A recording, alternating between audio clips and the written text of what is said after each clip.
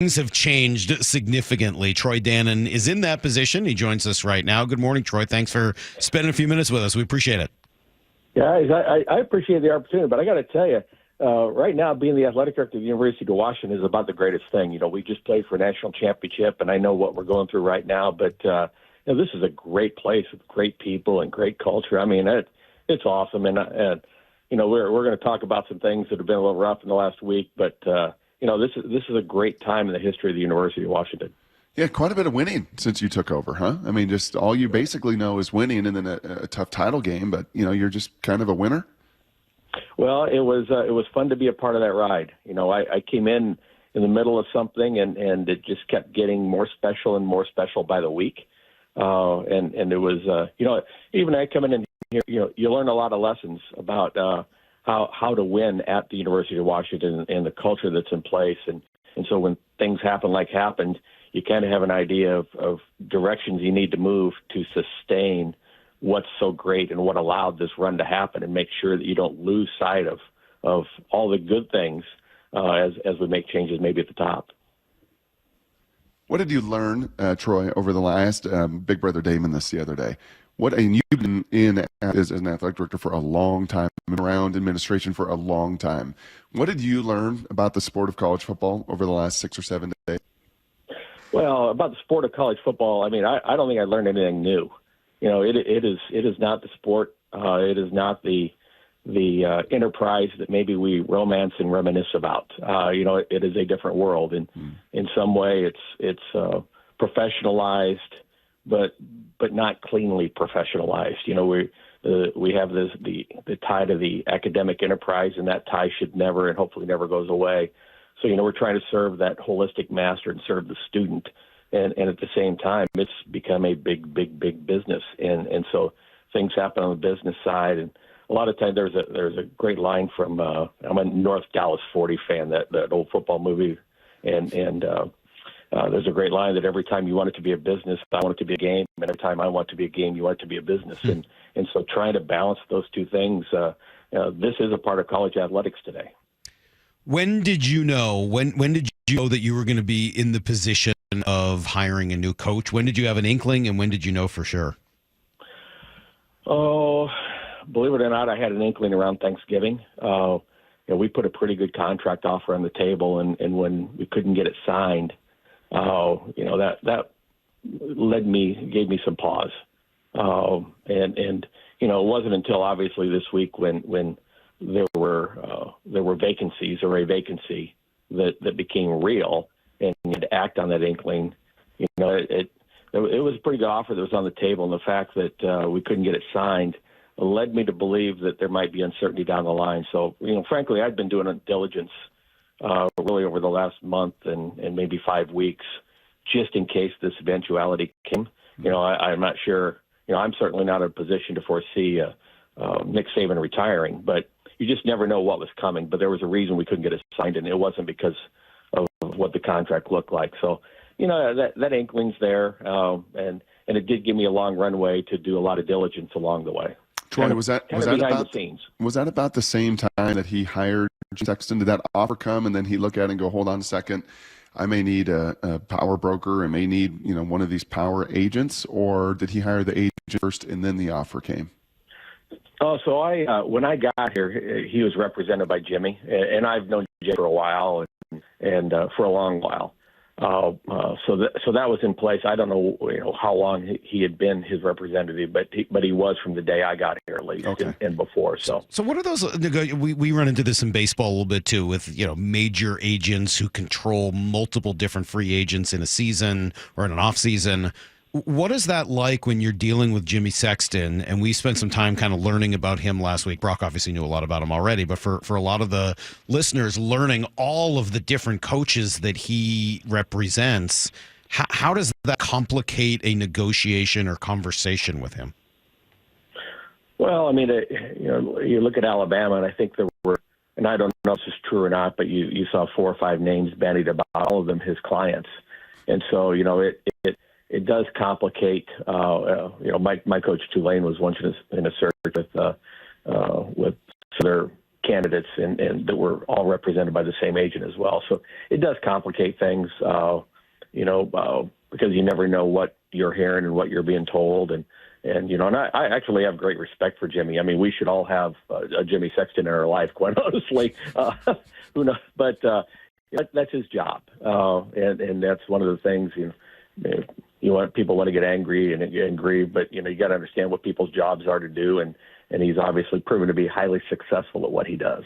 Can you help me understand, Troy? Maybe this is too sensitive and just say I can't go down this road, but kind of after the fact, there is certainly a bunch of rumor, innuendo, even Kane Womack being hired yesterday. I guess he was down at the Sugar Bowl. There's been some thought that maybe Kalen interviewed and talked to the Alabama people while he was still a University of Washington Husky and then ultimately getting ready for a national title. Can you add any intel in any of that? And would that be outside of the normal bounds of some of the way these things typically do operate? Well, I would say, somebody pitched that conspiracy theory to me, and I would have a hard time believing it. I will tell you this: if it happened, it certainly didn't have any effect on anything, and I would be shocked if it happened. Kane was with Kalen at Indiana. I know Kane. I actually spent some time with Kane at the Sugar Bowl. Their families are close. They were both on that staff with Tom Allen. So, in this business, I saw a lot of folks over these two bowl games where, that coached with our coaches at other institutions, so there's relationships, deep relationships among these guys. And I don't think you should read anything into it, quite frankly. And we'll get to Jed here in just a second. My last thing when it comes to Kalen is in those final hours, right? What was it? What day is today? Today's Tuesday. So I guess this was like Thursday and Friday. And, when everything was swirling and I'm hearing from everybody in Alabama and everybody wants to know what's going on. And you're in your final hours really making that pitch to him. Are you able to talk to Kalen, or is everything still funneled through a Jimmy Sexton at that point? A little bit of both. I talked to Kalen several times after the game, from the time before Nick, made his announcement, and several times after he made his announcement. Kalen and I, we texted, went back and forth when we wanted to. We talked when we wanted to. So, and I talked to his agents in the way as well. So, and I would say it was pretty normal, pretty typical in a situation like this. Did you feel like they were above board with you? You're never going to get the whole story. That's just, if you go in expecting to know the actual truth and the whole story, then shame on you. Everything that I've been told was consistent. And so, and I've been around long enough to kind of, back to the inkling, you learn to read between the lines a little bit. And so, I guess there weren't any surprises from my standpoint. I know it caught a lot of people off guard, but I think, again, it was almost matter of fact. And I know that might seem cold but this is back to the enterprise. This is a part of college athletics, and it happens not just in football. It happens in basketball and other sports. And part of my job is to just try to analyze it as much as you can, and then be prepared if something does happen. So because there are things outside of our control. Just a process question for you, and we're talking to Troy Dannen, athletic director at the University of Washington. How do you know how much you can spend on a coach? So, if Jimmy Sexton comes back to you and says, okay, you've offered me X, I want X times, 1.2. Who do you go to find out where your budget is, where the money, how do you determine what you can afford? Well, I guess there's a couple of things. One, I haven't been here long enough. I haven't been through I've read through our accounts and our books, and I know about where we're at. And so there's that piece of it. One, what can we afford? And if we go to X, what are the consequences of that maybe in other areas in the budget? Two, certainly my president and my board are going to have approval on anything that I propose.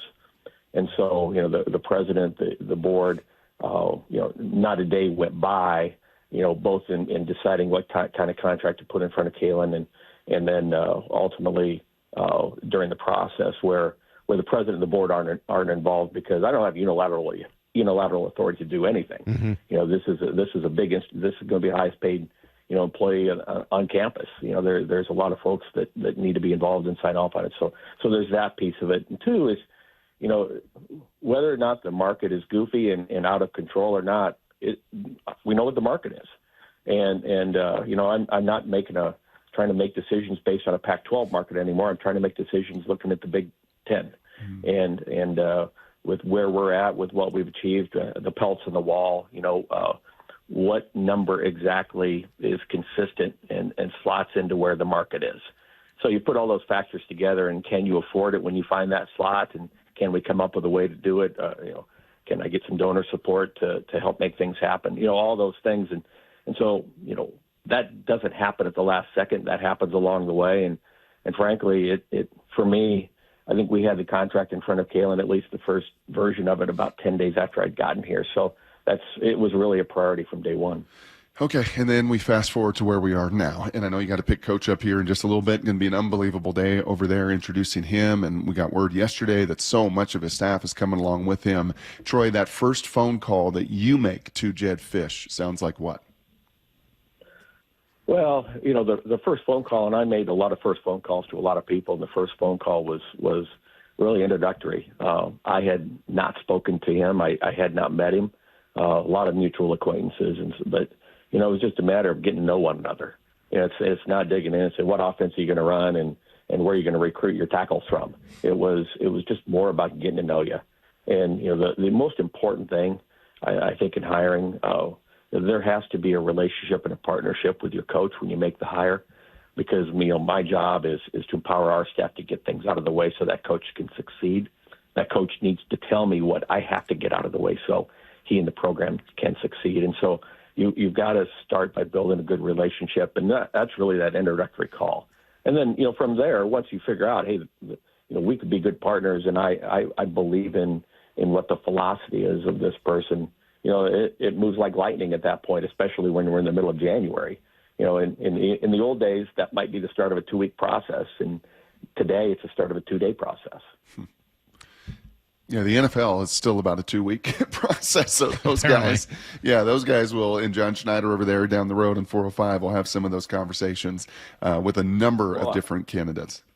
I will tell you, I have a lot of envy for the NFL on the coaching side because, when you have contracts, head coaches have contracts in the NFL, they don't leave for other head coaching jobs without the blessing of the team that they're with. I have a lot of envy for that really helps control the compensation market for sure in professional football. But you know what? This is not as much as this is moving toward the business of the NFL. It is still going back to what I said earlier, this holistic side, the student athlete side, the academic side. There's still that balance that we have to meet. And so while it feels like this has been professionalized, some of the things that are professionalized, like I said, I wish we could get to, but we're not all the way there just yet. So how do you know then where your school slots in? I mean, when you have a coach that leaves and goes to a different job like that, what is it? What do you learn about your place in the college football world? Well, and I said this when I got here, not all moves are about money. And frankly, when you're talking about, what's the difference between $9.5 and $10.5 million? Is it, do you make a move for that?